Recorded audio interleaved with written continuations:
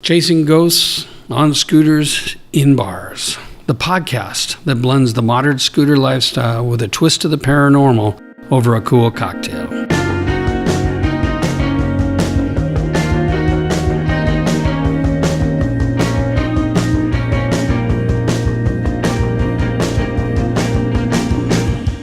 So welcome to the wrap-up of Season 1 of Chasing Ghosts on Scooters in Bars. We made it. We did, or as my wife still calls it, Booze and Booze. Tonight, as always, we're featuring great music from Weeknights, a Seattle synth pop band found on iTunes, Spotify, Bandcamp, or anywhere you find great music. My name is Mark Helgen, and I'm an avid scooter rider. I ride a Vespa, and I have a persistent and nagging interest in ghosts and the paranormal, though I'm no expert or hunter or a professional, but I certainly respect those that are. I'm here with Mark Shelbert. Shelley. Hello. The resident skeptic and part of our scooter trash gang, and he plays my co-host in real life. Well, wait. Not quite. I'm not your handler. No, I have one of those. Tonight, as I said, we're wrapping up our first season and getting ready to head into Season 2 of our upcoming vintage ride next week. I got to tell you, I don't think I expected a Season 2 in all this mayhem. Well, and still no call from Amazon Studios. Over the course of the last year, we've actually traveled to about 75 different bars in Washington and Northern California and recorded about 30 different ghostly interviews with owners, servers, bartenders at some great pubs and classic bars and haunted taverns, even a hotel or two. Right, and those were official stops. I'm sure you've had countless others as well. I have. We documented. Well, those are the documented. Purposeful, but there have been other ones that have popped up. If you ever looked at Facebook, you would have seen that I found Bonefish Willie's on the Indian River in Florida, and that's a haunted bar. Yeah, I didn't quite see that. Yeah, pretty cool. Anyway, if you've been following us, and thank you to those that have, we're in constant search of a great place to have a drink on our modern Vespa scooters. You know, speaking of that, I heard from one of our fans a couple days ago, a listener, but he was afraid to make a comment. And so I encouraged him, no, make a comment. And what was the comment? He had a great idea for a bar somewhere in Montana. If we ever got to Montana, he knew a great place. Well, we might have to load the trailers up and head over there. Big sky country. What I found interesting is if we went to 75 bars and we have 30 or so interviews, that means just about every other bar is haunted. That's good math. It really is. Surprisingly, we do find that many places have their own yarn, their own rich history that and lore that they have that they've developed. And who knows? It could just come from them. But my co-host Mark, the other Mark, me, the various others like Bobby Chong and the Lizard, we've spent countless hours riding our scooters, you're cooling your throats with soothing libations, or how do you like to say it, tickling the tonsils, while I collect yet another story on my Tascam 4-track digital audio recorder. Whatever that stuff means, yeah. So the question is, Mark, what was your favorite episode or ride or story from Season 1?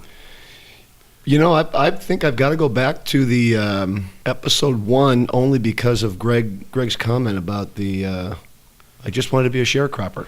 That just caught me off guard. It just tickles you. Yeah, I wasn't ready for that. But more importantly, then, what was your favorite bar? Oh my goodness, my favorite bar. I really liked I don't even remember the name. Have the pink cocktails. Oh, that was Port Reds. Yeah, sat above the crowd. Yeah. Yeah, that was in the hills there in California. Yeah. They did a barbecue, but they do the brown cow and right. Yep. That was good. But there was a lot of highlights. A lot of highlights for Season 1. My favorite was in the Sacramento Delta at Al the Wops. Oh, classic. Both the bar and the area down there I think is really cool. And especially when my EVP synthesizer, the unit that takes and makes actual words out of it, when I went to the Dalai Museum, known for human trafficking, it said slave. It came right out. Yeah, you were pretty excited about that. That made your day. It did. Overall, though, for our first season, I think we got to a lot of places and saw some really cool bars and heard some great stories. And met some interesting people along the way. Mark, unlike many podcasts that are out there, they're simply recorded in a studio weekly or daily or even bi-monthly. Ours are a little different. Ours are preceded by a planned ride on our Vespas. We do field interviews when we're out there, and then post-recording and editing, not counting the research to find those bars. So it's a little before, after, and during. You've got Right, the whole so- kit and caboodle going. So pretty hard to pump these out on a weekly basis because Would that explain the somewhat inconsistent? uploads, yeah. It would explain that and the fact that our livers can't handle it. True. And we've got a day job somewhere in there too, I would imagine. So each one of these productions, with the writing, the interviews, the research, and the actual recording, is a pretty big production for old dudes like us. And as we asked from day one, please be patient with us. We're learning every day, and your comments are always welcome on our website, chasingghosts.net, or our Facebook page. Just look for Scooters, Ghosts, and Bars, and we're the only thing out there. And you can even go to our Twitter or Instagram accounts, which are under my name, Mark Helgen. Besides this being a season wrap, Mark, we also have a couple of stories we recently picked up on the last couple of Sunday rides, one at Coco Joes in Algona in Washington and the Forum in downtown Tacoma. Right. Well, and they were, one was planned, but the other one was kind of a surprise. That The was Coco far Joes- more fruitful than I thought. Yeah, that one caught us. It was great. And our sticker is up. On a few different bars. Yeah, You're this able to is- kind of get that marketing piece in there. It is. So if you see a Chasing Ghost sticker at your local watering hole, it means we've been there. Look for the little white sticker. So the Forum in Tacoma is at the base of the historic Olympus Hotel. This place was established in 1909 by Leopold Schmidt of the Olympia Brewing Company, another reference to the iconic brew of our Scoots. So if you remember Joe's place, first place with Olympia beer on tap ever, Right. 1903, and then the Landmark Tavern, also built by a brewing company locally. So they're building their own bars and putting their beer in it. Why not? What's old is new again. What's new is old again. I think Red Hook does that. And that's Hales why and- you're back at your age. And according to the Forum's website, they suggest the ghost of old Leo watches over the place.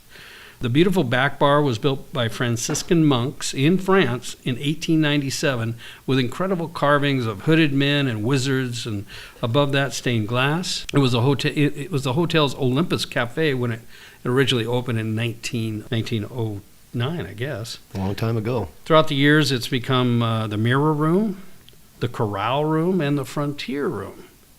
And I'm unclear on how the basement ballroom fits into all this. But if you remember, Right. downstairs there was a lot going on as well. Well, I don't think we got to the ballroom, though.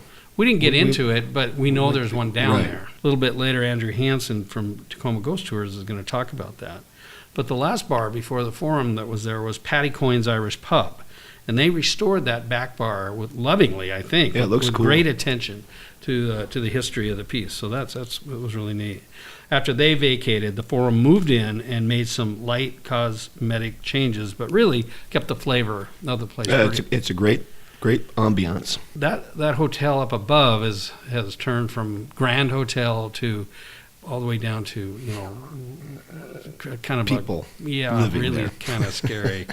Right, it was apartments for a while. As a matter of fact, Jeff Carlson. He was on a podcast He earlier. was. He told us the Calaveras County monster That's right. story earlier in the season. He lived in the penthouse in the Olympus Hotel back in the early 70s. It's amazing how it all ties together. It does, and I remember going there. I was very young. I was probably 15, and I had to take an elevator to the roof and then walk on these catwalks out to a building built on the Wow. up on top of the roof, and then there was Jeff. And he had a buddy named Lonnie that was disabled. He was in a wheelchair, and how they ever got him up there to cross that roof, I'll never know. Young and ambitious. Yes. So here's something pretty exciting, Mark. What? Andrew Hansen of Tacoma Ghost Tours told me about the Forum when I interviewed him a few months ago. And I went back and pulled that interview up because I was going to use it in this podcast. And I think what happened, I'd never listened to this part of the interview, is I think we captured a true EVP on the interview at Brandy's Attic, a known haunted store on Broadway, and the first stop on most of the Tacoma Ghost Tour walks. He's captured a few things there himself, but as I was recording this interview, we actually got something. You sure it wasn't indigestion? Do you know what an EVP is, Mark? Not really. Okay, I'm afraid to ask. It's an electronic voice phenomena, and modern ghost hunters have been able to communicate through this means. You can typically hear any... Oh, that's what they hear on those TV shows where you Right, listen you to can't that faint hear it. voice and they make something up. You can't hear it yourself, but when you play back your tape, there are voices and answers to your questions that sometimes that pop up later. As a matter of fact, if you go to the actual definition, I'll read it to you. It's an EVP is a common phenomena in the paranormal world whereby voices or sounds are picked up on analog or digital voice recorders but not heard at the time of the recording. Thus, sounds and or voices are only heard upon playback of the recordings. That's very strange. And we got one. Chasing Ghosts caught a ghost. Well, there we go. That's what we've been after all season. That's right. So if you listen to this interview with Andrew, in about 48 seconds, you'll hear him talk about the forum, and he'll talk about something going down to the bottom of the structure. It happens right there. There's a whispered word. He says it right after, at the bottom of the structure. So after this interview, we'll play it again so you can have a closer inspection of it. But in the meantime, here is Andrew Hansen talking about the forum in downtown Tacoma. Listen carefully, people. Okay, I'm with Andrew Hansen. He's the owner of and operator of Tacoma Ghost Tours. You might be familiar with it. The Forum, the Olympus.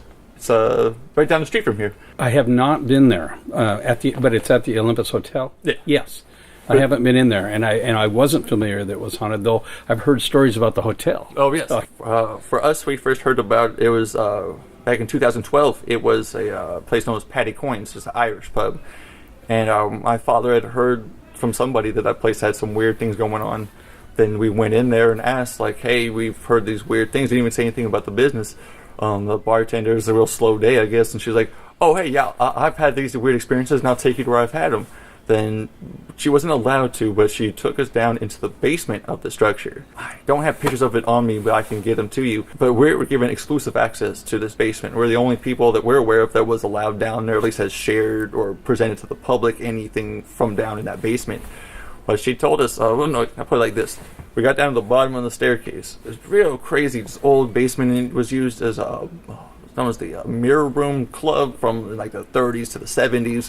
Turned into a real nasty, like, just shooting gallery den of vice in the 70s and the 80s. Finally shut down. It's just been abandoned ever since. It's just storage now. But really beautiful tile work on the floor, marble staircase going up. Like if you're standing at the front door of the Olympus Hotel on Pacific and you look to the right, there's just a wood door right there. It's kind of random. Well, that was the original entrance to the club right down through there. Well, when we got to the bottom of the stairs, my father and I were really caught up. He's like, wow, this is really cool, just historical place, this and that.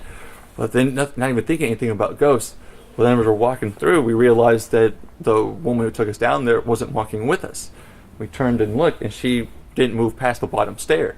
And she didn't do that because she was clearly freaked out about something. And it's because of her experiences down there. And her, like many other people, primarily women, have claimed that they'll be in that basement and they'll feel either a very large kind of unpleasant, domineering figure standing behind them, but when they go to look, there's nothing there. Wow. And then this woman had a little more of a direct experience. And her, like many other people, have claimed that not long after having feeling that presence behind them, they feel what they claim was just a big hand forcibly grab the back of their arm and start to pull on them.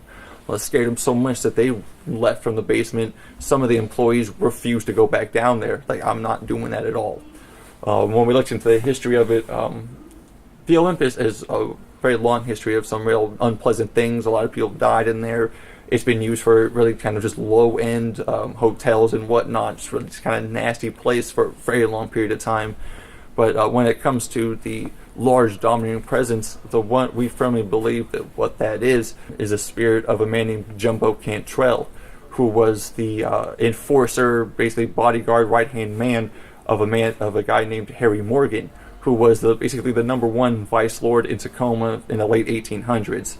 This man, he was involved in all sorts of things. Illegal boxing, like unsanctioned boxing matches at the building, just like involved drug dealing, prostitution. He supposedly was such a prolific pimp that at one point he had a retirement home on Anderson Island for his hookers. It was, okay, you can't make any more money, so you just go out to the house on the island.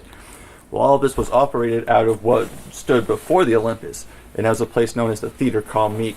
You can get a picture of it. There's a number of them throughout the country. Well, the one in Tacoma, it's not hard to find a picture of, but it's just kind of like a plain Jane looking wooden building. Yeah, all sorts of just foul things took place in there. And supposedly there was also a smuggling tunnel that connected the basement to the port. For Shanghai? Yeah, Shanghai, and also primarily was for opium smuggling. Opium was not illegal at that time; it was just highly taxed. I believe in modern day, it's the equivalent of like $200 to $300 a pound. So sure, it wasn't illegal, but there's high incentive to smuggle it. So he pumped it through there, distributed it to other people. I believe even the Theater Comique, at least certain parts of it at times, were used as an opium den.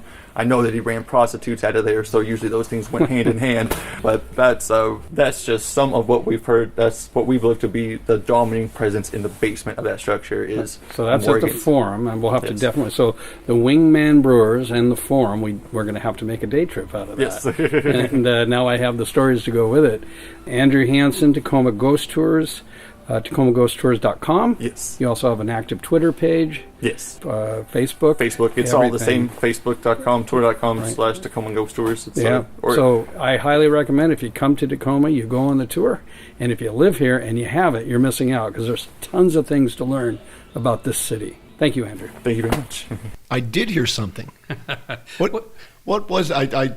Are you messing with us? No, not Because at all. nobody else was at this interview besides you and Andrew. That's correct. And we're way in the back of the store after hours in some old clothing. We put my recorder up on this pile of stuff and did the interview. It was 17 minutes long. And like I said, I'd never listened. I went back to the raw footage and listened to that. And there it was. Maybe you're just working hard and it's a big sigh from you. Well, I'm Like curious about this. You are a skeptic. Does this give you any pause? It gives me a bit of a chuckle at least. Yeah, it's something to think about anyway. Well, here, let's listen to it again. Yeah, I need another shot at it. Okay, and I'll put it on and tell me what you think one All more right. time. He took us down into the basement of the structure. He took us down into the basement of the structure. Well, there it is. Okay, I'm willing to concede that there's something there. There's something there. Did he say lie or high or die? Well, I'm not sure, but I'm still a little skeptical. I want visual evidence. I'm more of a visual guy. So Andrew showed me something on his podcast. I bet you he showed you Not something. on his. You were in on the back his, room? iPad, and he showed me where they had a camera on one of the shelves there during a ghost hunt, and all by themselves, some things toppled right out of the shelf. You had video footage then? He does. Hmm. Pretty cool. That was the train going by, probably. You know, it's pretty cool, pretty wild when you do an interview with a ghost tour operator in a haunted store for a Chasing Ghosts podcast and actually catch a ghostly EVP. Well, I mean, what are the chances? Well, I know it lit you right up, but you were very excited. Well, we weren't trying to. This was just No, something I that know. It happened. was spontaneous. Yeah. And so And unbeknownst for quite a while, because you haven't No, listened to the recording it's been for quite sitting on my yeah. stuff for months, and I just didn't know it was there. So if you have an EVP out there, record it. Well, don't record it. Take your recording and submit it to us on chasingghosts.net, and we'll put it on the air. That would be really great. We went to the Forum, and we met Raven. What a breath of fresh air. Well, we were there before Raven, though. Well, we arrived before they opened, and Vlad welcomed us. They weren't Yeah. even open. Yeah, Yeah. it's not the first time we've been to a bar and He welcomed us to an empty bar that they were on still cleanup. mopping the floors. Yeah, and Raven showed up a few minutes later and made us feel right at home. a lot of energy. Bubbly little girl. She Midwest friendly. Yes, absolutely. Raven. Indiana. Oh man. So when we asked her about the basement of the Forum that we heard about from Andrew, she generously led us downstairs to experience that area. Right. We were unable to get into the actual ballroom. She didn't have a key; it was locked. Padlock, But yeah. that Andrew mentioned. But we explored quite a few hot spots with my EMF meter. Yeah, you brought your equipment down. Yeah, there was a lot going on. And I kept my recorder going, but I didn't hear anything. But I'm not sure I listened to it. Maybe in 2 months I'll listen to it again, and There you go. something will appear.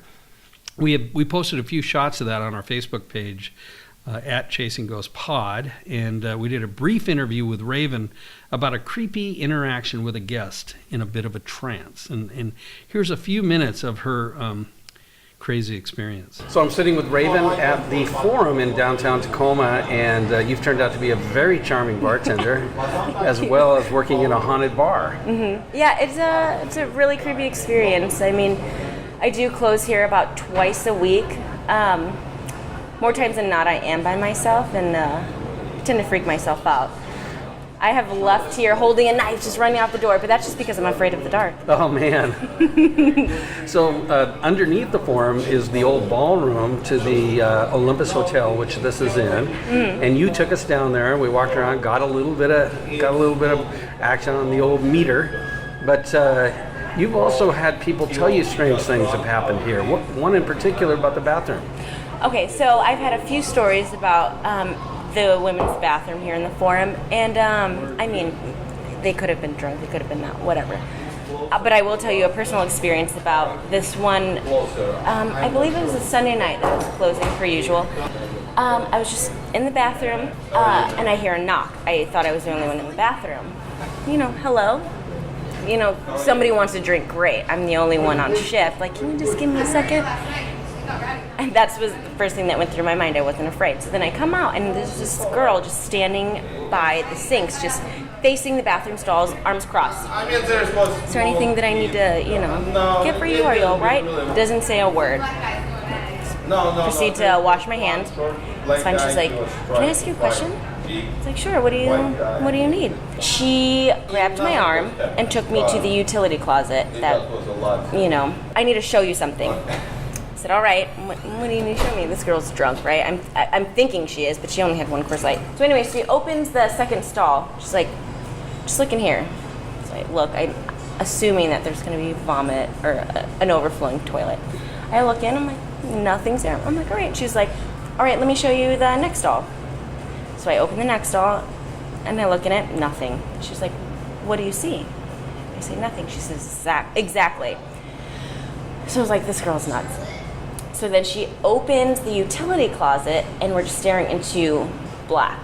There's nothing in there. There's no lights. And she was like, will you come in there with me? So we end up standing in this utility closet by ourselves, staring at a black screen because we have a security camera in there.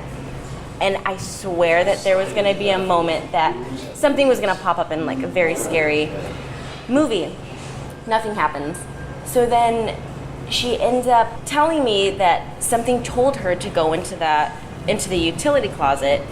And at this point, I'm starting to get really red. I'm starting to hyperventilate. Things like that make me very uncomfortable. Oh, really? Okay. Well, she got you into a utility closet, too. But she just stood there with me, and she just held my arm. Right. To the point to where after shift, I had baby finger marks on me. Wow. About 4, because the thumb's tucked underneath. It made me very uncomfortable. So then, I'm like, all right, yeah, that was pretty weird. She hardly says anything about it. And I'm like, all right, like let's go out the door. So you open the door to leave. So as she opens the door, she tries to trap me in the bathroom. So she opens the door and then walks out and then holds the door shut. And I'm trying to open it. And I'm like freaking out, really uncomfortable, and I'm trying to jerk it open.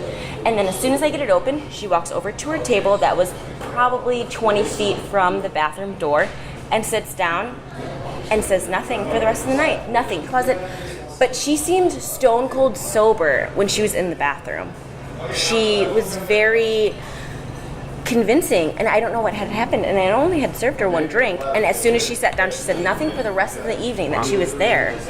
You can say that, she was drunk, she was leaving a bar, but I had only served her one drink, and it was really uncomfortable, and they're like, I can't believe she would ever act like that. She did not seem like herself, this girl, and I had spoke 2 words to her, and then when I had seen her the following week, she had no recollection of it whatsoever. Wow. And it was just... It's all from the women's bathroom here at the Forum. Yes, it was really uncomfortable. It was really uncomfortable. So we're finishing up with Raven, the bartender here at the Forum in downtown Tacoma, who has crazy stories. Maybe crazy. Thanks, Raven. Thank you. Ooh, Raven. Raven. Man. People are raving about her. She invited us back on a Monday evening at closing to share with her terror she experiences often when she's closing down the bar. And we've never closed down a bar in terms of behind the scenes. Maybe we've not closed one down while we're working on the Correct. podcast. We've closed down many a bar. So the Forum is located on Pacific Avenue in downtown Tacoma near the Clock Tower. It's a well-run traditional pub-style bar and a classic old hotel. Go see Raven and Vlad. Vlad was very nice too. Yes, very helpful and friendly. So on the same day, we rode. We rode Actually, to the. you know what? You're wrong. It's Vlad. It is Vlad. Yeah, don't say Vlad. Sorry, Vlad. He'll kick your ass. He looks like he does some lifting. Yeah. So on the same day, we also rode to the Valley Tavern on Pacific Avenue, owned by the Peterson brothers. Pikes and Peaks in the Proctor District, also owned by the Peterson brothers. Then on to the Defiant Goldfish, reopened by Adam after being closed for a couple of years near Point Defiance Park on Pearl Avenue. And I liked it. Two great stops. We ended up at the Unicorn in Ruston, and I'm calling that a time capsule. Yeah, there. Yes, it is. And I think that I read that the building was built in 1926, and I think nobody's touched a thing since. It's been a long time since there's been some renovation on the inside. I think that I'm told that place is packed on the weekends. And It's got a great location. Nice little neighborhood bar. Beautiful view of the water. Yeah. $1 million homes being built all around it. They could put a nickel into the upgrade, though, on the inside. Well, you know, they'd have a it gold could mine. be one of those places, and, you know, I've heard this many times. They fix them up, and they lose their charm. They lose what the neighbors are used to. So could be. they're doing something right, because if they're packed on the weekends and probably at happy hour in the afternoons, we were there midday or early in the day on a Sunday. Yeah. The Lord's Day. So speaking of Sunday, on a previous Sunday, we broke a cardinal rule. Another one? Yeah, we took Bobby Chong's wife, Teresa, with us on a ride. She rides. But it was a partial. They met us. That's it wasn't true. start to finish. That's true. She rides a Vespa 300 GTV, beautiful bike, T-bone. and took a ride to the east side of the freeway You're getting better with that. to Captain Jack's in Sumner. Not a haunted place, but we met a guy there that lived in a haunted house. You find them everywhere. You do. Then off to the log cabin north of Sumner on East Valley. Without a log in the place, probably. No, it's a block building called the Log Cabin, and we're still scratching our head because the bartender couldn't answer it either. Right. It's just an odd Odd combination. Maybe if we went in the men's room, we'd find a log floating there somewhere. And then to Coco Joes in Pacific. No, Algona. Algona, yes. Yes. Make sure we're clear on that.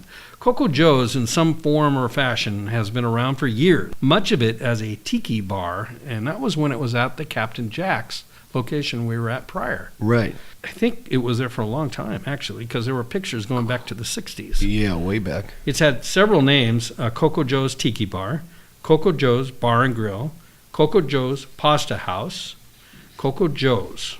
A lot of cocoa. A lot of Coco Joe's in those names, but a lot of different ones. And it easily fits into the dive bar category. Absolutely.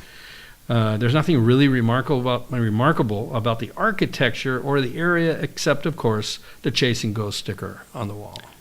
You got another one in there, huh? What is remarkable is the serious haunting Sarah experienced on her first night closing there over a year ago. So I'm with Sarah, and we're at Coco Joe's in Algona-Pacific, or is it just Algona? It's just Algona, Washington. How come people always put those two names together? Because they're both two small towns, side by side. Right next to each other. Just easier to say Algona-Pacific. So we rolled into Coco Joe's today on our scooters in search of ghosts in bars, and you have one. Yes. And you've had some experiences here. Yes. And we want you to tell us a little bit about it. What was the first one that happened? I'd only worked here probably a week. It was my first night shift by myself. I was closing, and I had shut the front TV off, and I was cleaning the bathrooms in the back, and came out of the bathroom to the front TV on full blast, volume at 100, with nobody in the bar. And that TV you keep on mute, right? Yeah, the all TV volumes are at 0. Right. So then what happened? Something in the kitchen, or? So the pots and pans were clanking together, and our pots and pans are stacked. They're not hanging. So the TV came on, just on its own, because you told me it was a manual switch, not a remote. Yeah, there's no remote for that TV. And then at the same time, the pots and pans were clanking? Yes. So whoever it was, whatever it was, didn't like the new bartender, or what do you think? Well, I haven't had any problems after my first month here, so Maybe it was just a little hazing. maybe they like me now. What else has happened? I have seen shadows in the back beer garden after closing. Where we're sitting right now. Yes, where we are sitting right now. Wow. And tell me a little more about that. I was counting down my till, and I kept seeing, like, it looked like someone was walking back and forth across the windows, because at night our beer garden is lit up with lights. Mm-hmm. And so I kept seeing what I thought was like a shadow, but came out and checked, and there was nobody out here. And did anything happen inside Yeah, too? a couple nights later, closing by myself. I had walked, so you walk through our side station, and then there's a hallway down the kitchen, and then it comes out on the other end of the bar.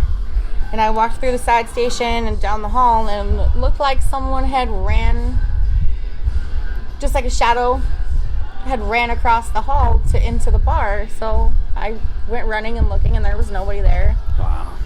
Yeah, It's been pretty quiet since. That's been about a year. Yeah, I've been here a year, and I haven't had any more during the day. Do we know who it might be? There's been rumors that it's the old cook haunting Coco Joes. All right, so we're talking with Sarah at Coco Joes with great stories. Come to Algona, not Washington. Pacific, Not Pacific. and spend some money with her. Give her a big tip. Thanks, guys. So Sarah, I mean that's a poltergeist, and they're banging the pans around like they were in the kitchen when that happened to her. And I think that it must have calmed down and got used to her, because it's not happening anymore. Apparently not. While we were there, we also spoke to Gil, the head cook, and he told us about the Burger Express in Federal Way and his 2 or 3 ghostly experiences there. And it was pretty cool. And if we did a podcast called Scooters, Ghosts, and Burgers, we would probably throw that one in there. Maybe our retirement years. So there you have it. The season 1 wrap-up all over Northern California, Southern and Mid-Washington, and traipsing through Tacoma. Beautiful downtown Tacoma. We certainly want to thank all the bartenders, servers, and owners of the great classic pubs, dive bars, and haunted taverns for their stories and willingness to talk to us. And we're heading out in a couple of days for a 4-day vintage run to find more trouble in the small towns and byways of Washington and Oregon. So please stay tuned for Season 2, Episode 1 of Chasing Ghosts on Scooters in Bars. Now, are you and Bobby ready? You got yourselves organized? Yeah, pretty well. We got the we've got the bar list pretty well put together, and did a little bit of research, so we know where we're going to be stopping. And there's several that I've never been before, so I'm excited about that. That's surprising. And then I want to say, if you haven't already, please rate and review us on iTunes, Google Play Music, Stitcher, Libsyn, or anywhere you listen to your podcasts. We're on iHeartRadio now, but Spotify's pushing back. Why? So please write in and ask Spotify to put us on. They're in a beta phase of adding podcasts. You're speaking a foreign language to me, but damn it, that angers me that we're not taken on by Spotify. I know. It's hurtful. Well, it's personal. Our website is chasingghosts.net, and you can find all of our podcasts there, along with our personal stories. We want to say thank you to the Seattle Band and Swoon recording artist Weeknights. Yes. And also to Mount St. Helens for providing original music all year for this production. And you can find their music everywhere. Just download it for some great dancing fun. We'll also see... What if you just want to listen? Okay, well, you can do that too. Well, we hope to see everyone at Amerivespa this week in Seattle at the meet and greet at the stables. And then we move on to our vintage ride with more adventures from the Lizard, Bobby Chong, Gary, Ike, Pendemonimo. Can you say that name? No. And my co-host Mark and myself, another Mark. So ride safe and keep the rubber side down.